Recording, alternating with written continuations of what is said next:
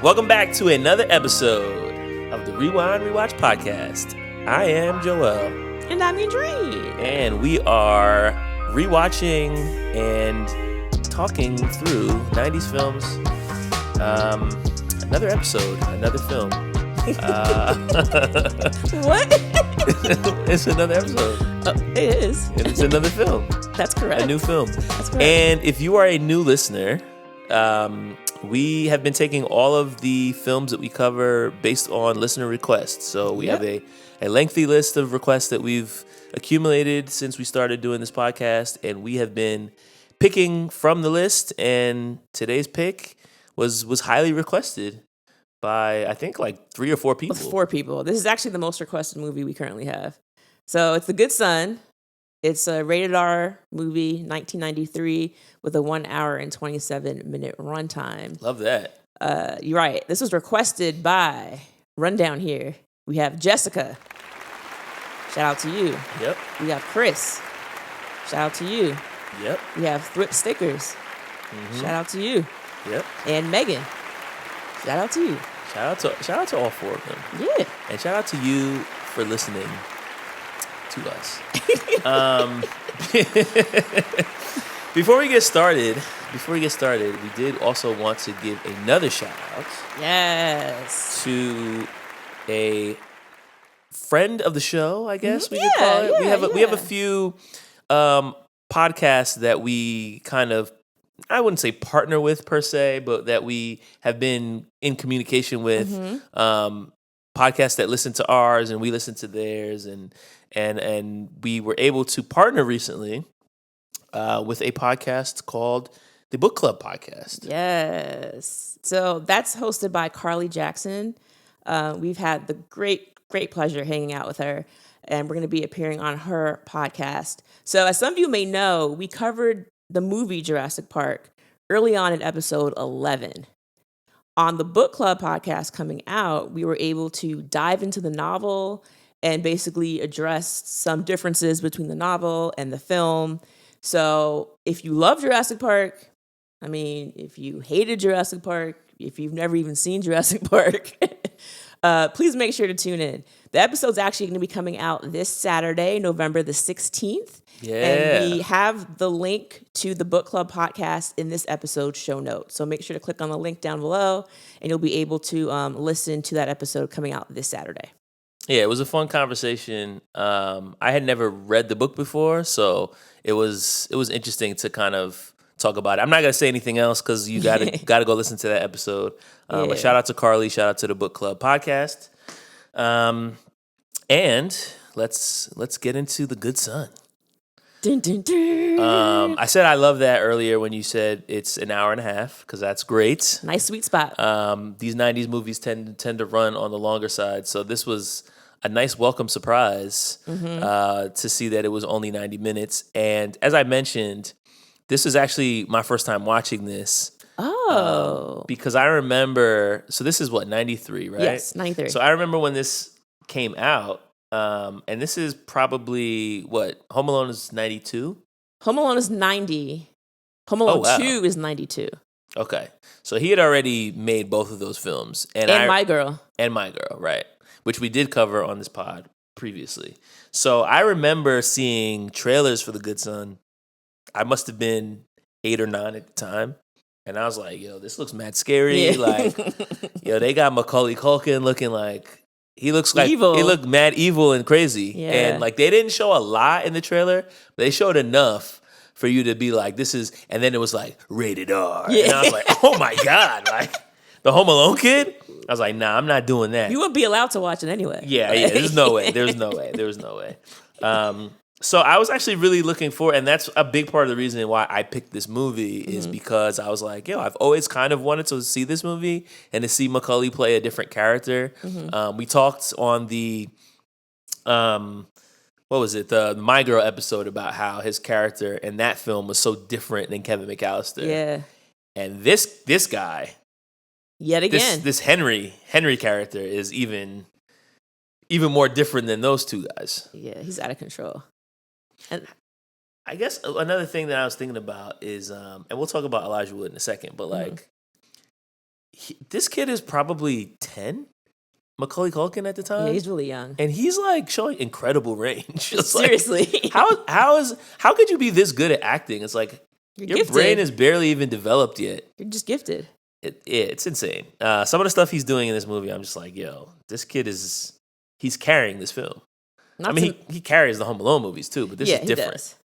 There's also like stunts that he does that are actually him. I did not know that. Yeah. What stunts? I might as well just get into it. Yeah, you might as well. So the final scene when both Henry and Mark are hanging off the side of the cliff. So it wasn't a set. They were actually on a cliff. Are you serious? I'm dead serious. So it was a 180-foot cliff. They were attached to 30-foot safety cables. And basically they were like, oh, like this would be cool if like we'd actually have him instead of a stunt double, like falling down the side of the cliff attached to this cable. And so Macaulay said he would agree to do the stunt on one condition. He had to have a BB gun. So they were like, okay. So they let him do the stunt, and then they got him a BB gun from production. Wow. Yeah. How did either of their parents agree to that? Well, speaking of the parents, Macaulay's dad was... Didn't he divorce his parents? Well... I remember that being big news. I remember that being big news as well. But at this point, he was still a child. But his father was his manager and his dad. And good God. So basically, for this movie, the producers actually had a completely different choice to play the role of Henry. But as they were about to begin production, Macaulay Culkin's father, his name is Kit Culkin, he insisted that Macaulay get the role instead. He basically made it nearly impossible for Fox to refuse, since he said that Macaulay would only do Home Alone 2 if he could be in The Good Son.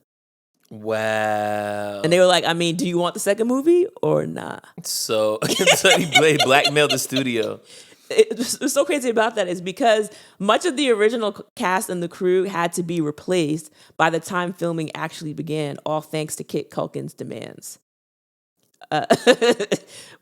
So with production... So who were they originally going to cast? They didn't mention that? I mean, it was not anyone that I'd known, so I didn't write it down. Okay. But they said with production... But that's probably why you don't know him. Oh, that's a shame. He didn't get this part, and then that was the end of his career. Yeah, shout out to Kit Culkin. With production filming a year later than originally planned, because they had kind of changed it around to fit Macaulay's schedule for Home Alone 2. Right. So this basically was supposed to come out before Home Alone 2 did. Home Alone 2 ended up coming out in 92. This came out a year later in 93 because of Macaulay Culkin. That's great. Because of his daddy. Well, yes. So it left most of the acting roles had to be refilled, and they had to change. They ended up changing the director from Michael Lehman to Joseph Rubin. So basically, like everything got completely dismantled and switched over, and it got delayed because he was like, "Y'all want my son or not?" And it's like, "Yo, we need to make Home Alone 2." So what are we gonna do? This movie is not as much of a priority. We're gonna have to bump it. I mean, that's crazy. One more thing real fast. In addition to having him in the movie, Macaulay's siblings, so his little brother Richard, who dies, the photo used was from his brother. Kieran? Rory. Rory, okay. Yeah. Rory was in Signs. And then his sister Connie is played by his real-life sister, Quinn Culkin. Oh, wow.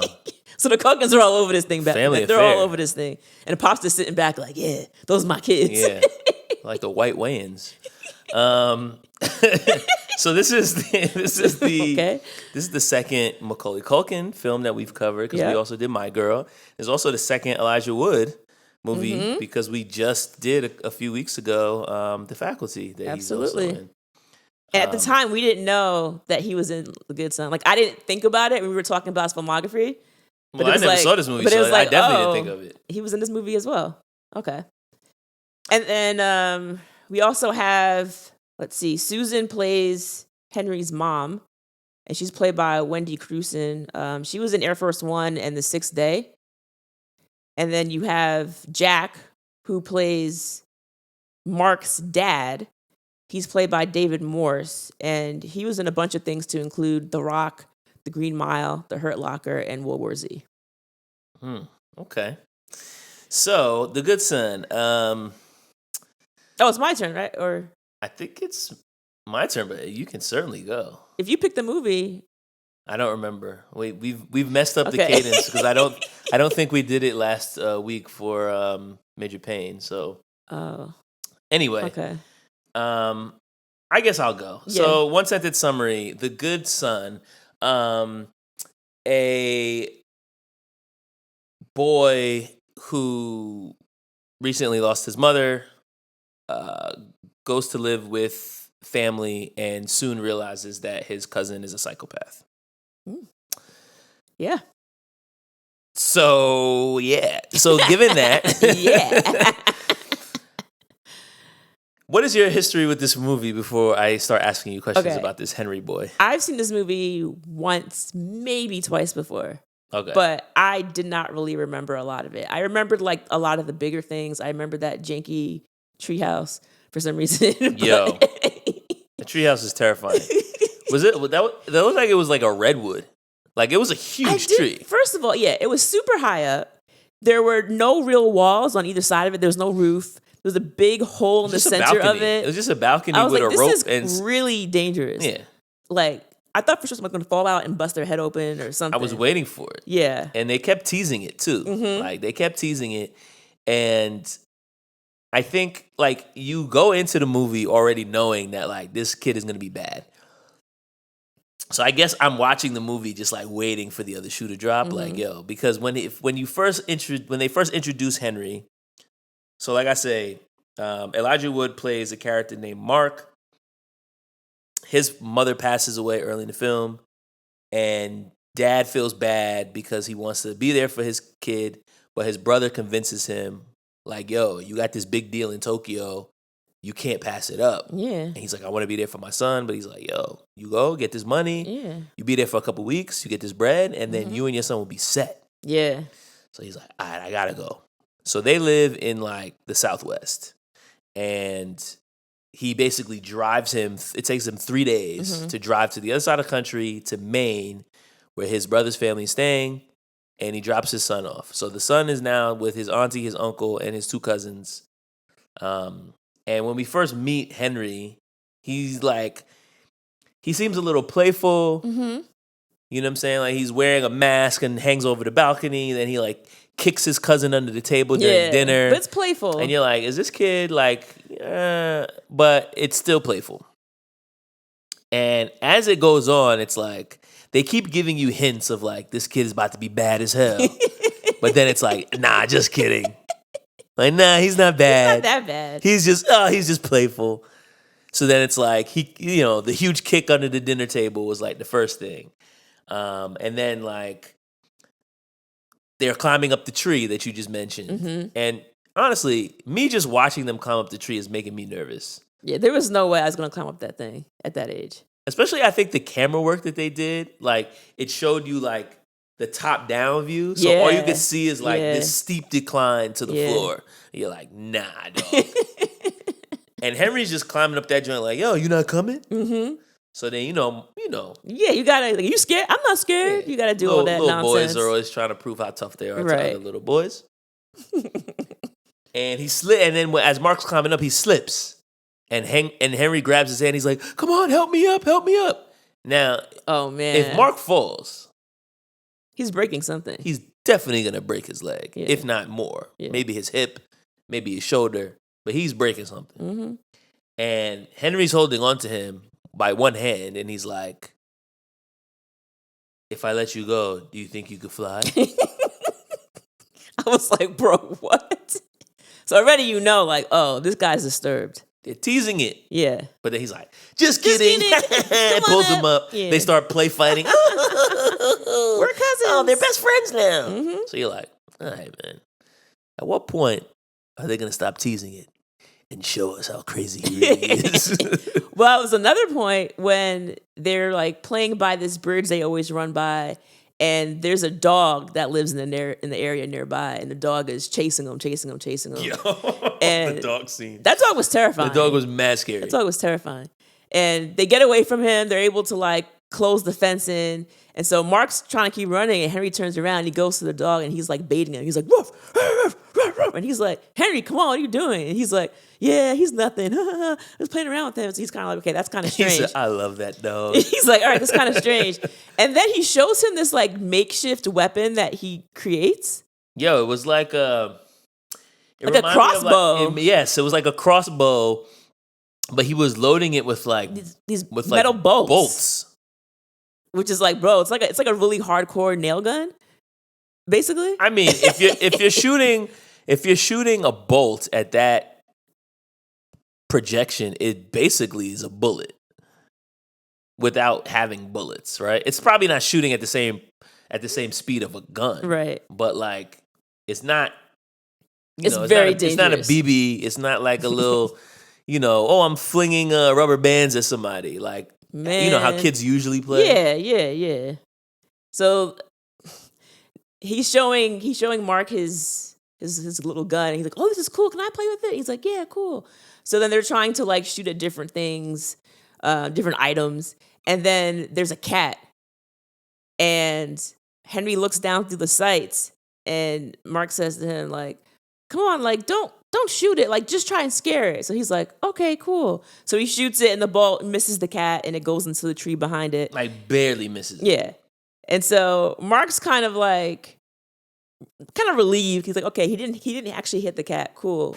What a great shot. Yeah.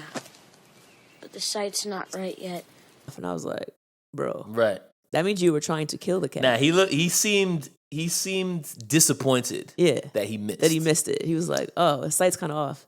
So I think that was definitely a moment where you're like, this kid's a sicko. Because you know what they say about people who mess with animals. Mm-hmm. It's like that Netflix documentary, right? Don't F with cats. Future serial killer. Yeah, somebody that disturbs animals is going to end up doing it to humans.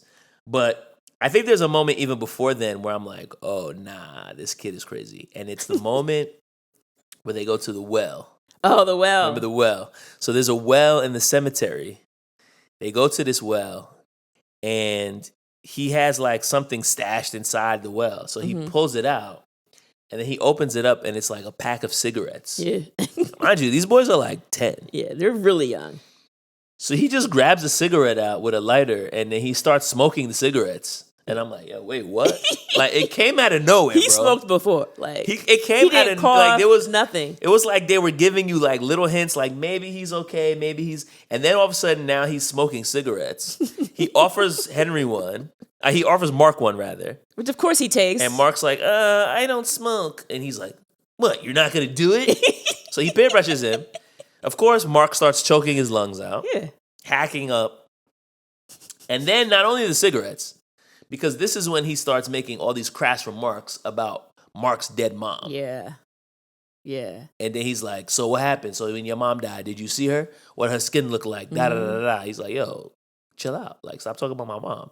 This kid's still grieving. Yes. He didn't want to go to Maine in the first place. He misses his dad. Misses his dad, yeah. Misses his mom. And it's like, I definitely don't want to talk about this with you. And then he's like, why are you being so uptight? You're going to die anyway. We're all going to die. Who cares? Mm-hmm.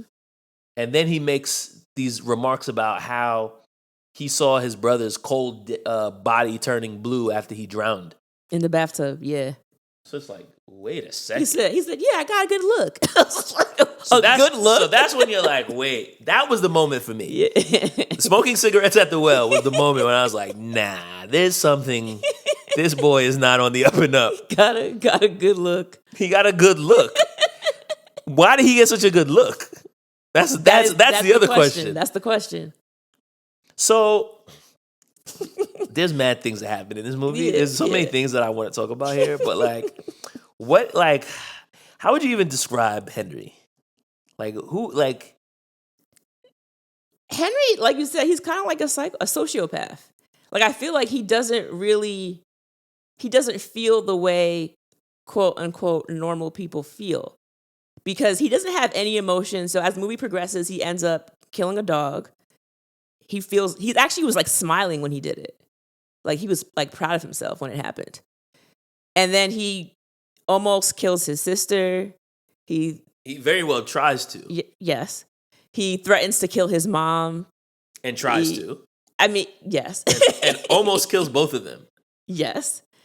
But the whole time, it's like he's able to kind of put on this charismatic persona when he needs to. Bro. Like he's able to fool the therapist. He's able to fool his parents. He's able to do all these things and be like, oh, I'm really concerned about Mark. He's, starting to scare me. He's doing all these things. And like they see him as, quote unquote, the good son. And even when Mark tries to warn these people of what's happening, they don't believe it because it's like, Henry's a little angel. Yeah. No way. Henry's the good boy. Couldn't be Henry. So like, yeah, he knows how to play people. He knows how to turn it on. Oh He's my God. very manipulative.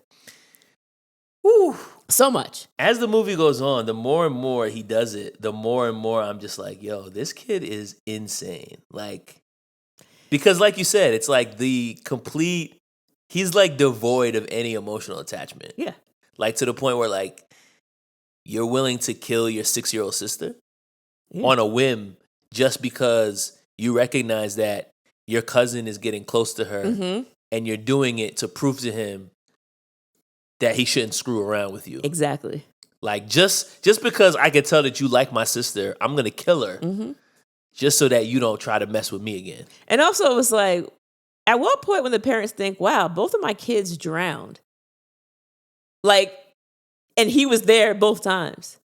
Bad luck? Like, you don't think about that? Well, she does start to think about it. Well, yeah, when she finds the rubber ducky in the shed. Well, she went to go look for it. She went to go snoop around in the shed in the first place for a reason. And I think, oh God, my brain is going 100 miles a minute because I'm just like, yo, there's so many different things about this movie I want to talk about. The shed. Let's talk about that for a second because there's multiple points in the film where Henry and Mark, at the beginning of the first 30 minutes of the movie, buddy, best friends, cousins, da-da-da.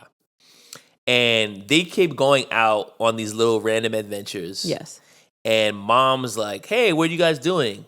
He's like, Mom, don't worry about it. I can't tell you. It's top secret. We'll be back for dinner. And then they just leave. Yeah. And they get up at like 9 in the morning. And they're just out all day doing God knows what. Like the Sandlot. They were out all day. Facts. But they weren't killing dogs.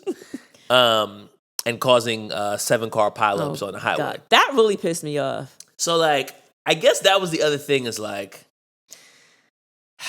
I guess I understand. I mean, I grew up a little bit more sheltered. So maybe that's also where my perspective is like, my mom wouldn't have me running around the streets, but I know plenty of kids do it.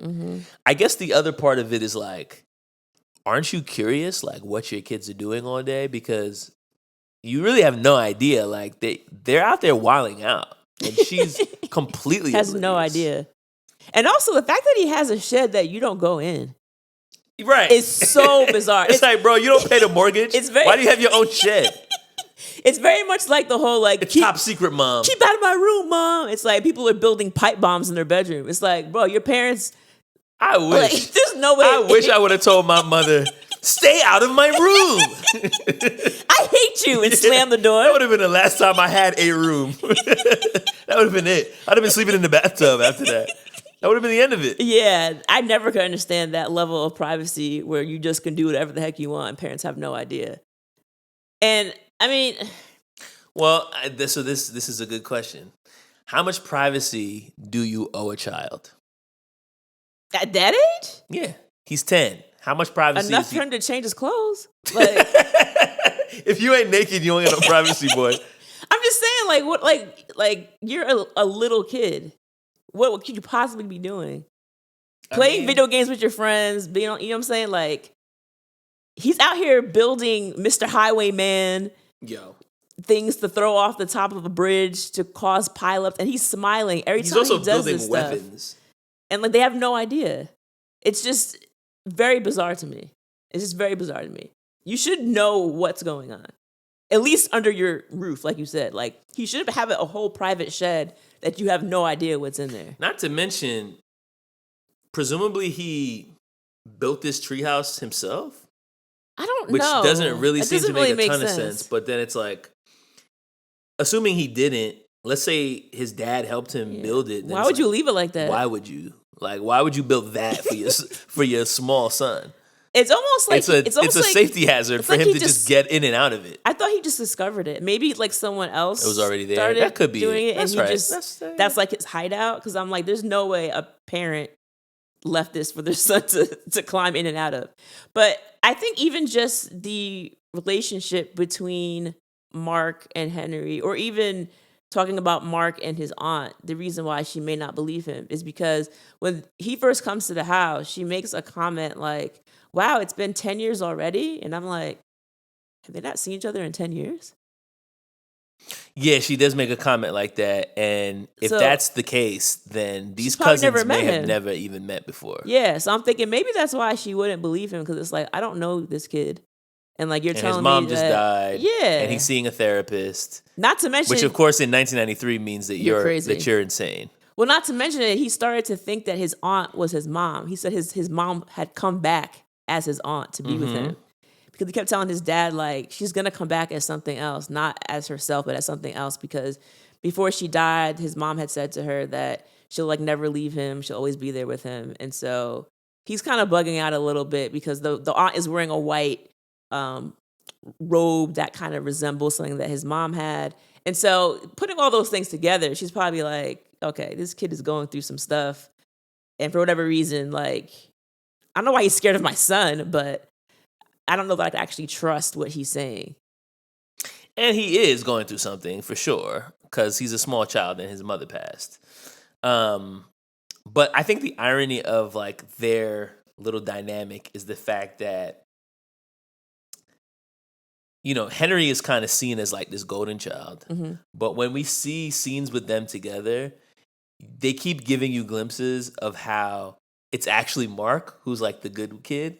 So the fact is that Mark is actually the good son, right? Like he's actually the one that's like, oh, I don't smoke, I don't do this, this looks scary, we should go back inside. Like he's actually the conscientious of the two, but it's like the roles are reversed when they're in private versus when other adults are around.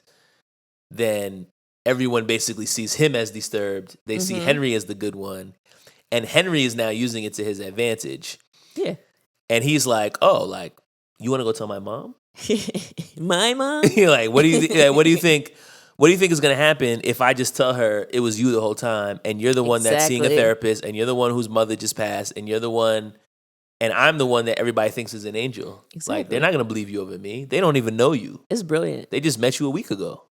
And like, you know, I mean, in addition to that, if you think about it, during therapy, Mark is talking to the therapist about the idea of being evil. Like he says to her, you know, what if there's a boy and like he's just evil? And the therapist is like, what do you mean? Like people aren't necessarily evil. Like there's a reason for everything. And he's like, well, what if there isn't? And so he's obviously, we know, asking about Henry. But the therapist is like, he's talking about himself. Right. Like he thinks that like, he's evil because he allowed his mom to die. Because earlier on when the mom was dying of cancer, he said to his mom, like, I won't let you die. And he believes that somehow he let it her happen. death, it was because of him. And so the whole time we're thinking like, this boy's very disturbed. He thinks he caused his mom's death. We also learn that he thinks that his mom came back as his aunt. So it's like all these things are being added up. And the more, and he says to the therapist, I let someone die. Yeah, exactly. So then it's like, oh, Henry's like, I'm about to put all this stuff on you, brother. Henry's like, I'm a little concerned about Mark. Nah, Henry's diabolical, bro. About some of the things that he says. So when he mentions this to her, like, she's like, oh, I don't think people are evil. Maybe they're just misunderstood. But I don't think it's just like people are just naturally evil. And he's like, well, you should. Yeah. So that's kind of creepy. Exactly. And for you to just leave it at that and then walk away, you should believe in evil. And it's like, all right, bro, like, relax. Like, you actually sound like a crazy person right now. But when we talk about, like, someone being just naturally evil, I think one of the big things that I would have liked out of this movie was some explanation for Henry's behavior. That's what makes it better. Okay, say more. Because if you are a sociopath, this is almost like how, I don't want to say hardwired, but like from a very young age, you can see a lot of times with these people, it's like, oh, the kid like doesn't really smile or knows how to smile when necessary. I've read like books, of course they're fiction books, but it's still like people who started at a very young age to have these tendencies, and as they got older, they acted it out in other ways. But I don't think it has to be like something happened and now they're this person. It's not like schizophrenia where typically it's brought on by an event. This is something which just like, you just don't really have empathy for other people or other things. Like you just don't feel that. So it's like, how do you bring that feeling on when it's not already there? He also seems, though, in addition to like lacking empathy, he also seems to have some strange fascination with death. Yeah. Because even his own, like he doesn't seem scared of it. It's not like he's committing harm to others, but then when it's his turn, he's nervous. It's almost like he invites it. Yeah. And that to me seemed like it would stem from something. I don't know. I guess my other question is, I think of sociopaths as people who, like you said, just like they lack social empathy. What's the difference between a sociopath and a psychopath? Because Henry's behavior was so odd that I just basically wrote him off as a psychopath, but I'm not really sure exactly how that's defined. I figured you would, because, you know, it seems like something you would just like look up on your spare time. So I'm not a psychiatrist or a psychologist. Let's put that out there. Right. I don't have any type of medical degree, so I'm not a specialist in any way. But from what I understand, I think like sociopaths tend to be a little bit more impulsive, generally speaking. Okay. And they tend to be a little bit more like volatile, whereas I think the psychopaths are kind of more manipulative. So thinking about it in that sense, maybe he's more of a psychopath. Definitely a psychopath. Yeah, maybe he's more of a psychopath more than a sociopath. Because he's not impulsive at all. Because he's not just gonna like come out of nowhere and like run at you with a knife. Like that's not. He's way more calculated, planful. So maybe psychopath is the correct term. Oh, see, I didn't even look it up, and I was right. So listeners, if you are in the mental health field and you do know the difference, we could have also just Googled it. But it's probably more fun this way. Probably more fun this way. Yeah. That's from what I understand. But yeah, I feel like, excuse me, I feel like when I think about his character, even when you talk about like him not being afraid of death, there's a scene where he threatens to kill his mom, I think it was, and Henry spazzes out, grabs a pair of scissors, and puts it to his neck. And Mark's like, do it. Mm-hmm. Like, and he doesn't flinch. At all. And it wasn't like the angry, do it now. It's kind of just like, yeah, do it. What are you waiting for? Like he was chilling. He had no type of like reaction to it. Yeah, this was like all right. Kevin McAllister meets Breaking Bad. It's like, yo, this is crazy. Turned into Heisenberg. But I will tell you what, though. Because your man was like, yo, if you do it, you know what's going to happen. Blood's going to go everywhere. Yeah. He's like, he basically was saying, you're not going to be able to handle killing me. Yes. So I'm not even worried about it. You kill me, it's over for me. Right. But you're going to have to live with it. Mm-hmm. And he's also like, yo, they're going to lock you up. Yeah. So. And you can't handle jail. Absolutely not. He's the good son. Whereas him being in jail, he ended up running the thing. He'd be torturing the guards. I feel bad for them. You're absolutely right about that. Henry? But the thing that, for me, like the scene with the fridge. So in the middle of the night, the setup. Mark wakes up and he realizes that Henry is like not in his bed. They're sharing a bedroom with 2 beds in there. And he's already... Mind you, at this point, he's already threatened Mark that, like, I'll kill my sister because I see that you're getting too close with her. You like my sister, don't you? Such a sweet little girl. And too bad if something were to happen to her. She got hurt. You'd be sad, wouldn't you, Mark? But hey, accidents will happen. Just ask my mom about Richard. So he's worried already about his little cousin. Yeah. Was it Connie? So he first sneaks to Connie's bedroom to check on her and sees that she's like peacefully asleep. He's like, okay, Connie's good. So he starts creeping around like, yo, where is he? I know he's up to something. He goes to the kitchen and he notices that you could kind of see like the fridge door is somewhat ajar. You see the light peeking through from the refrigerator light. So he starts thinking about it and he's like, yo, he's crazy enough to put something in the food. Whether it's poison, whether he puts glass in the milk, like who knows? But he's crazy enough to do it. So now he's concerned because he's like, I don't want my aunt, uncle, and my other cousin to die because their son is a maniac. And he's already maybe suspecting like something happened with his other cousin who drowned. He talks about how he was looking at his body and he got a good look. So he's thinking like, maybe he killed him. Like, I don't know. And so he gets so nervous. He got a good look. That's insane. He gets so nervous that he starts pulling everything out of the fridge and stuffing it down the garbage disposal. Which I'm kind of like, why don't you just throw it in the garbage? But okay.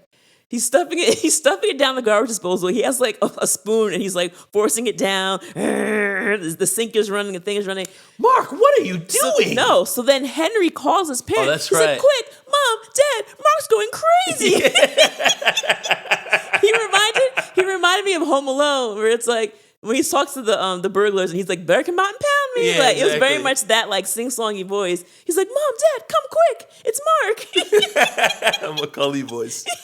So the parents come out of bed. Macaulay voice. They come out of bed and they're like, what's going on? And I mean, like, to be fair, Mark looks absolutely unhinged. Yeah. Like, absolutely. He's like, no, there's poison. Don't eat it. And he was just like, bro, what are you talking about? And I bet you he didn't do anything to it. He probably just opened the fridge door and was like, he's smart enough to, kind of deduce what's happening here. This is the diabolical nature of Henry, which is like the way that he's at that age, not only the fact that he's a sicko, but to even think of that, like, he's kind of a genius. Yeah. Like, he's an evil genius, but he's a genius nonetheless. So I guess the other thing that I'm thinking about is like, we talked about their relationship at the beginning and how it turns, once they start smoking in the cemetery. And like he kind of devolves from there. From then to the beginning of the film, he goes like from kind of creepy to like bad to worse. Mm-hmm. Do you think he's like, is this like a whole setup that he's thinking about from the time Mark shows up? Or do you think he starts to like plan all this stuff once Mark starts questioning him? As far as like killing his family members, or? Well, in terms of like doing crazy things and pitting it on Mark. Oh, yeah. I mean, to be fair, like, this is not the first time he's killed an animal. Like, I refuse to believe that. Well, we soon come to believe later in the film that he killed his baby brother. Right. So it's like he's been doing this from before. He's already got blood on his hands. Right. But yeah, I think with the whole like, so Mr. Highway is this like dummy that he puts together. Was the head made out of a watermelon or something? I couldn't quite get what it was. I don't know exactly. It might have been like a bunch of like balled up, tape or something. Okay. Like what's it called? The like duct tape. Yeah. Okay.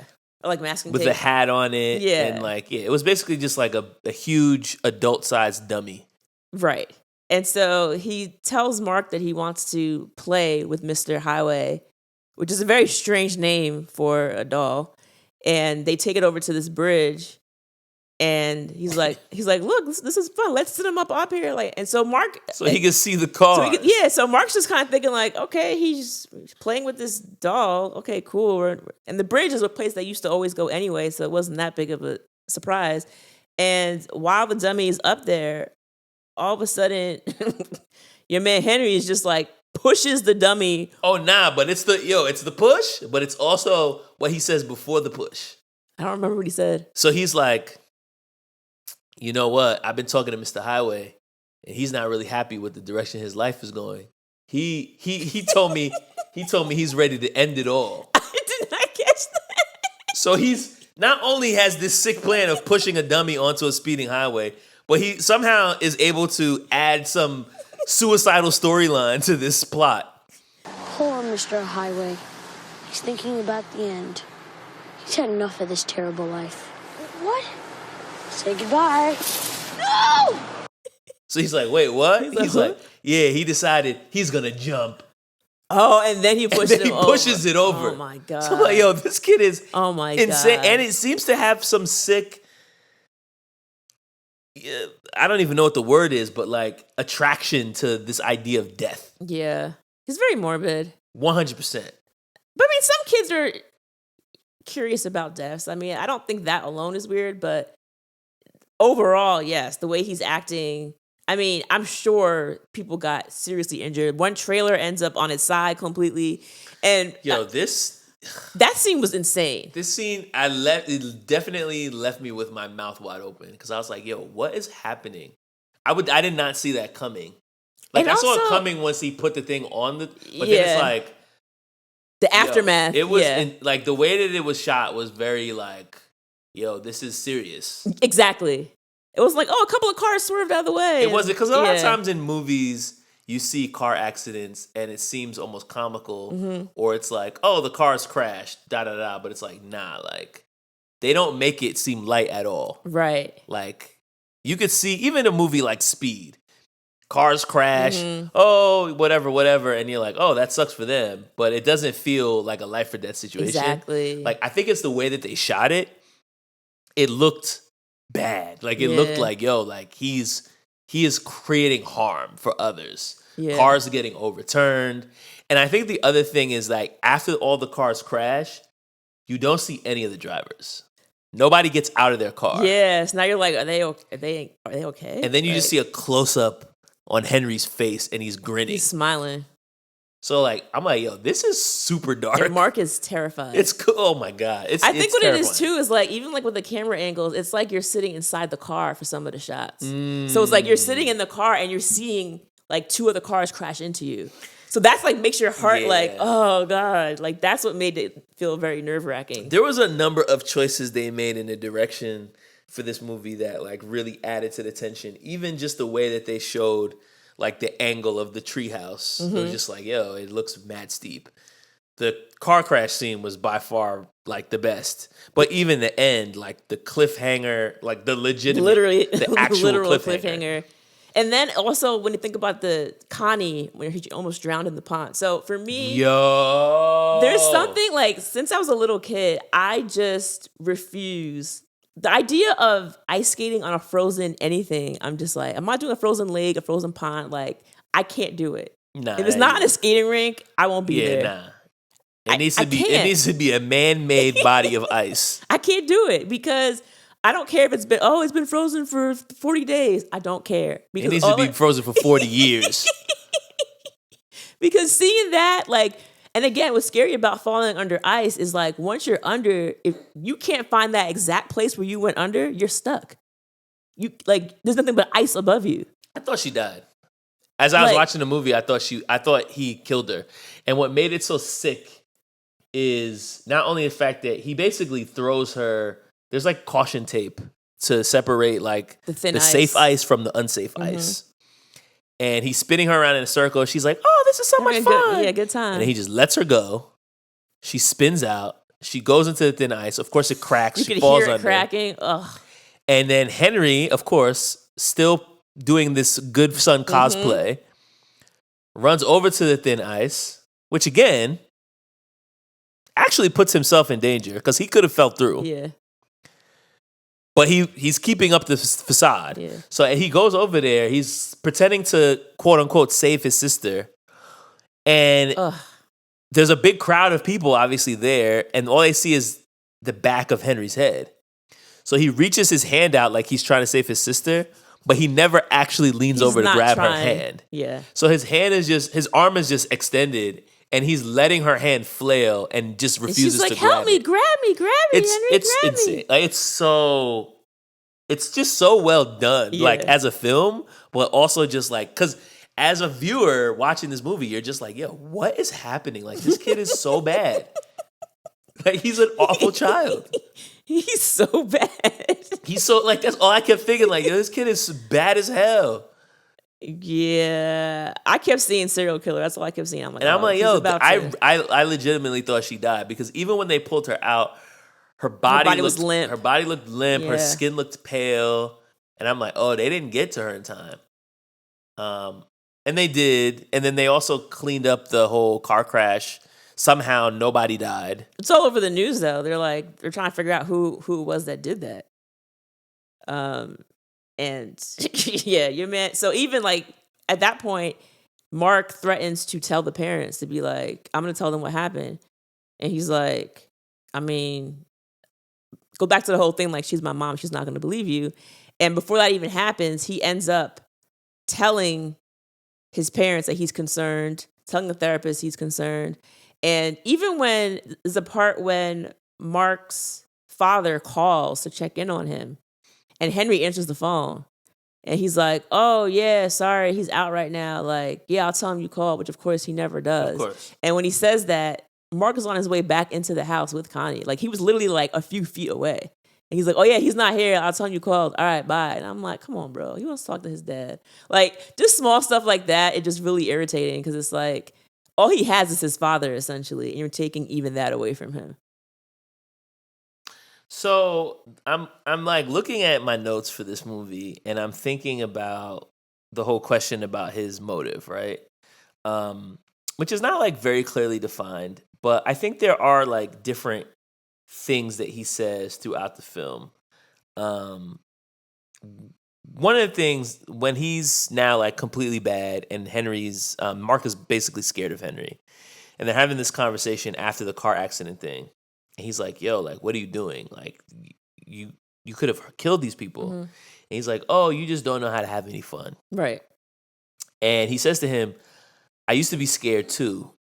I used to always be scared. But once you realize you can do anything, you're free. Nobody can touch you. So there is like, he gets this sixth sense of power from like being able to just do crazy things and keep getting away with it. Right. So I think that's part of it.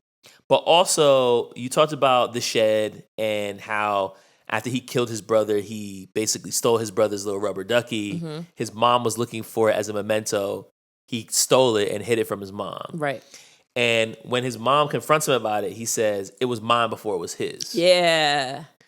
Which also makes me think about, like, did he kill his brother because he was jealous? He was jealous. I did note that as well. That was a very surprising answer. I was like, oh, you mad about that? And that's also the point in the only point in the movie where he doesn't continue the facade with his mom. Mm-hmm. Because that one thing about the rubber duck, and he's like, hey, mom, you know, I like to think about Richard when I see it, so can I keep it? And she's like, no, like, I need this. And he's like, it was mine first. Yeah. And then he goes to his mom and rips it away from her. Yeah. So then I was like, and then he runs away. Like, she triggered something with the whole Richard conversation that we haven't seen at any other point in this film. He's not a fan of Richard. Because when the mom finds the rubber duck, she says to him, like, Henry, did something happen that you feel bad about? And he said, I don't feel bad about anything. Right. But then when and he meant that. Yes. He 100% meant that. He did not feel bad about anything. But then he runs away with the rubber duck. He goes through the cemetery and he throws the rubber duck down the well. So now that's gone with the dead dog in the bottom of the well. Also, can we talk about the dead dog? Because this is not funny, but as you laugh. After he kills the dog, and again, one of multiple points in the film where Mark is completely mortified. The next thing we see is like a big towel or tarp or something that's wrapped around the dog, and him and Mark are carrying it through the cemetery, and I'm like, yo, this looks like a mobster movie. Like, they look like two mobsters walking through the woods, just finished the hit, getting ready to get rid of the body. Yeah, after they just finished the hit. I'm like, yo, these are two 10-year-old boys. Wow. And then they throw the dog's body in this well. And I talked about the cigarette scene. After he talks about Mark's mom and talks about how he saw his brother's dead body, he calls this truce with Mark. And he's like, all right, you know, everything's water under the bridge, whatever. And he goes to shake his hand, but they're both standing on the edge of the well. Yeah. And I thought for a moment that he was going to pull him in. I did too. I did too. The well and the treehouse, I thought for sure was going to be some kind of fall or push or something, and it never happened. They were teasing us. But it was all just to make us a little bit more anxious, which it did. And so he ends up admitting to his mom about Richard because they're like in the woods. They decide to go for a walk together. And the mom basically just asked him outright, like, did you kill Richard? And he says, what if I did? And not the right answer, Chief. And she's like, we can get you help. Like, yeah, I'm here for you. I love you, whatever. And he's like, you're not going to help me. You're going to have them lock me up and they're going to think I'm crazy and blah, blah, blah. And he starts running away from her because, of course, he doesn't want to get locked up. Like, at the end of the day, he wants to do what he wants to do and still live to see another day. And so. Or not, but. He doesn't want to be locked up. He doesn't want to be locked up. Yeah. Because that's the last thing you want. Yeah. So he you have to kill me first, mama. So he runs away. He runs away, and she's trying to find him. She runs after him, and she ends up, there's this cliff. And this cliff, I mean, it's so dangerous. I'm like, why does she keep going out there? She goes out to this cliff throughout the movie multiple times to think about Richard. Mm-hmm. It's like her one safe place where she goes.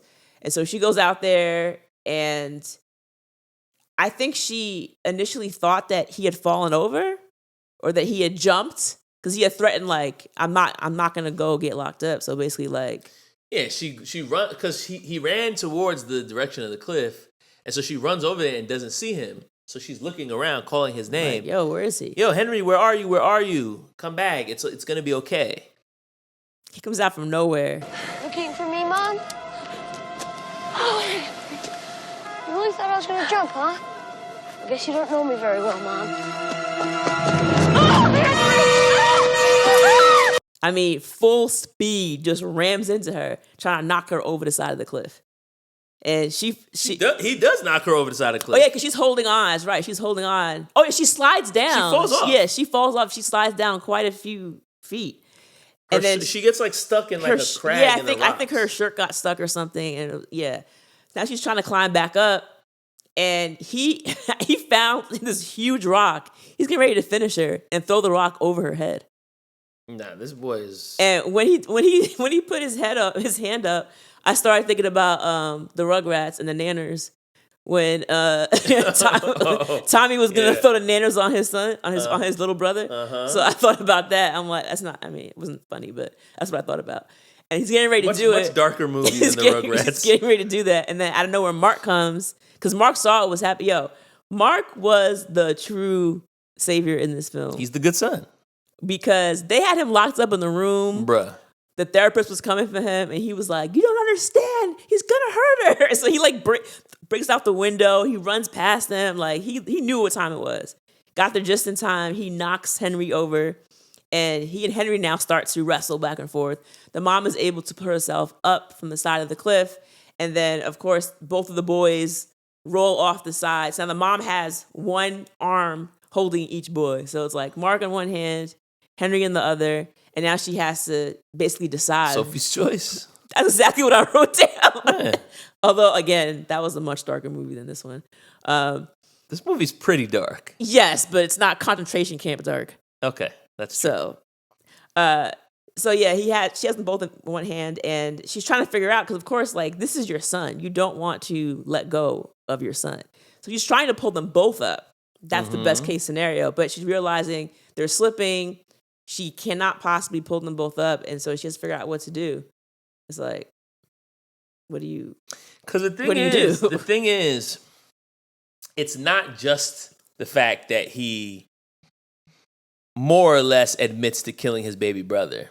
It's the fact that Mark had approached her earlier in the film, like the day before, to be like, "Yo, like, your son tried to kill your daughter." Mm-hmm. I saw what happened. He said he was going to do it. Yeah. He did it. Yeah. He's hurt people. I saw him kill a dog. Like, he admits everything. Yeah, he sure and does. She slaps him because she's like, yo, why are you saying, like, how dare you say this about my son? Mm-hmm. He's a good boy. But it plants a seed of doubt in her mind to the point where she starts investigating. And in that moment, I think she's thinking about the fact that, like, yo, what Mark told me was right. And also, my son just pushed me off a cliff. Yep. And how do you bring him back into your house after this? How do you sleep at night after this?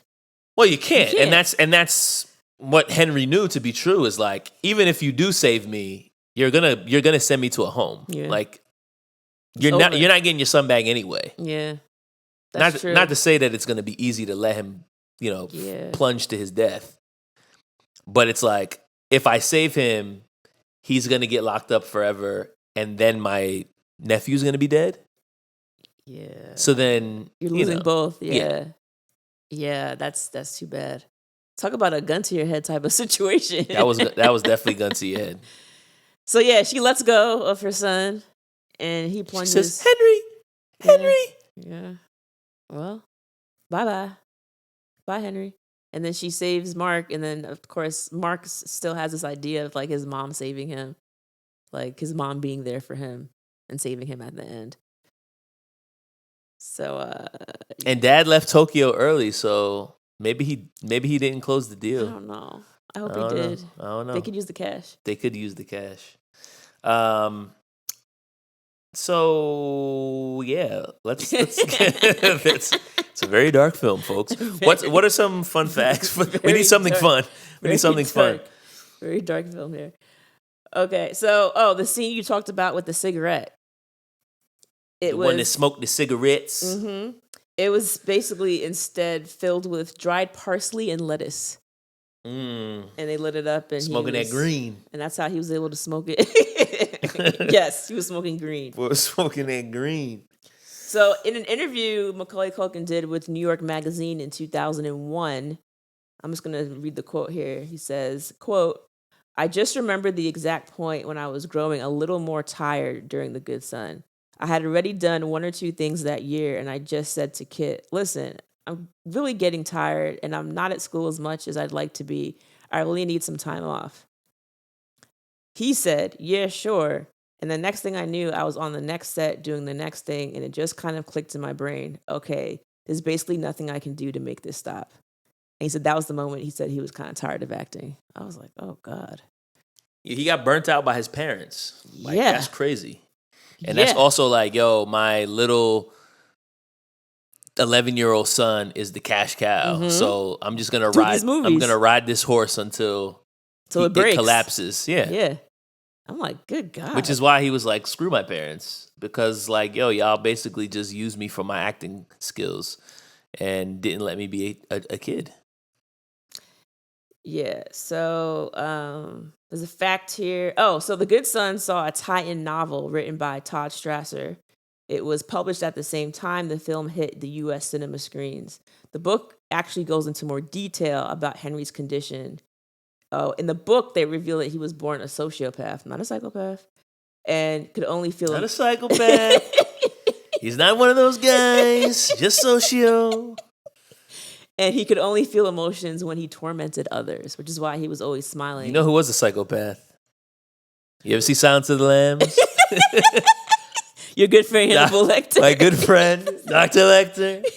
He's going to eat you for dinner. Amazing guy. Great doctor. Wait, so I have one more. It's actually, this is not a happy fact, but it's fact. So the movie never got a theatrical release in the UK because in February of 1993, in Merseyside, 2 10-year-old boys abducted, tortured, and murdered a 2-year-old boy. Oh my God. And so because obviously the themes of this film were very dark and dealt with murder. Little boys being killers. They were like, yeah, y'all are not showing that in theaters here. And absolutely so not. Later on, it got like a DVD release in the UK, but it didn't hit theaters because they were like, yeah, no. That's probably the right idea. I'm glad they didn't. They were like, no. That'd be way too triggering. And what's funny about this film is Siskel and Ebert gave it 2 thumbs down. Oh, Siskel. Ebert. They weren't fans, but I mean, I enjoyed it. That's tough. Well, all right, so before we get to our rewind ratings, what do you think was the theme of this film? Ooh. I mean, I think a lot of this is like the good conquering evil, right? And yeah. So they talk about the idea of evil not really being a thing and that there's a reason for everything. But like you said, like The Craft. But like you said, they went above and beyond to not provide a reason here. That's right. Like there was no like this happened. So like yes, maybe he was jealous of his brother, but that's not why he was killing animals. You know, like It's also not why he tried to kill his sister. Yeah, I think he is just a sociopath, psychopath. Take your pick. But I think I'm picking psychopath for the record. For the record, the book says sociopath. I don't know, but yeah, clearly there's something going on here, and it seems as if they had the wrong boy in therapy. You think?